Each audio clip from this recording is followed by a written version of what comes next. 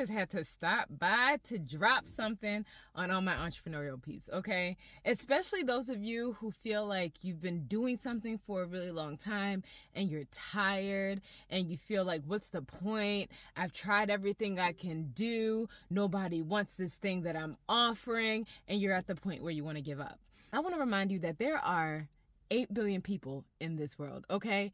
Not everybody has seen what it is that you have to offer. Not everybody knows what it is that you do. Keep putting your stuff out there, okay? Many of you don't know this about me, but before I became a joy strategist, I had a whole jewelry business, okay? Like, those of you who are real OGs know about it, okay? Que Rica Jewelry. You're a real day one fan if you know about the Live Rich movement. I remember at one point, one of the greatest revelations that happened back when I used to make jewelry was me feeling like, I need to create a new collection. I need to create a new piece. And I was constantly spending so much of my creative time and energy creating new stuff.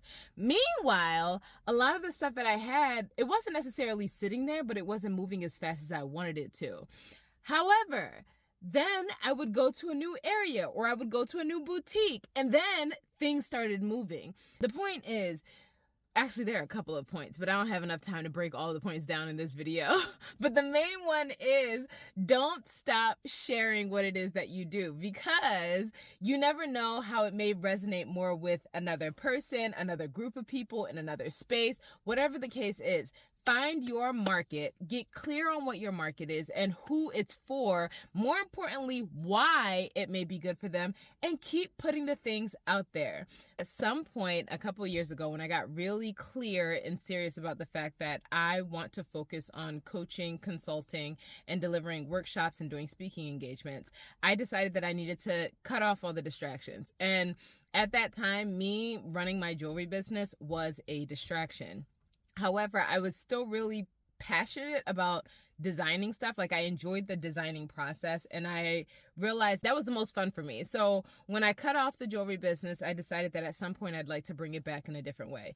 That point has not yet come, but in the meantime, I had all this inventory that I had pulled from other boutiques where I'd been selling my stuff, because I was selling my jewelry in, I think, 5 boutiques in New York City at the time. No, 4 in New York City, 1 in New Jersey.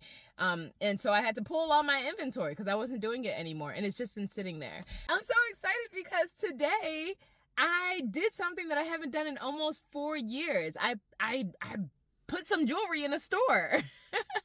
And you know what the best part about all of this is? That it feels like a God wink. And maybe that's a journey testimonial or a journey story I'll share with you on the podcast. When I tell you the amount of joy it brought me today to be able to put my merchandise out and just like feeling it and remembering, like, dag, this is really good stuff. Like, I did some really quality work. Like, these pieces are really beautiful. At one point when I was pulling out the stuff, I remember looking, like, shopping in my own creations. I was like, oh, this is real cute. I'm gonna keep this. Oh, this is real cute. I'm gonna keep this. And so anyway, I just got a lot of joy out of putting the stuff out today. And it was just a really beautiful reminder that no matter how old you think your stuff is, it's always new to somebody else, okay?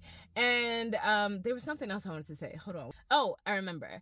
The other thing was, if you need to take a break, take the break, okay? Because now I'm so excited to not necessarily make jewelry. It's not like I'm reopening my jewelry business. I'm not doing that. I'm really just moving the inventory I already have.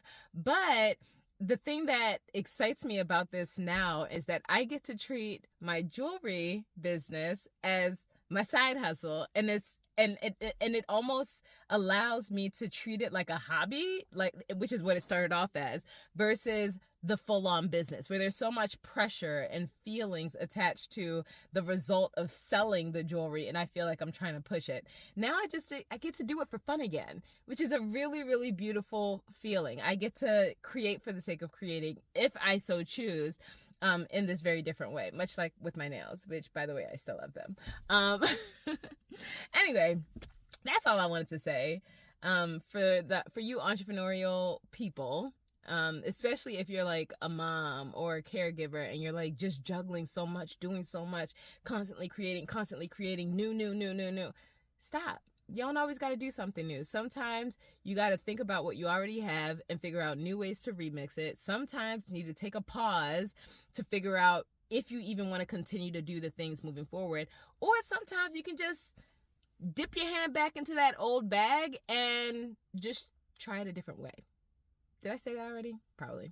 Anyway, that's all I got. I'm going to go inside and have dinner. Hope you guys have a great day. And remember, we're on the journey together. One feel-good thing at a time. Bye.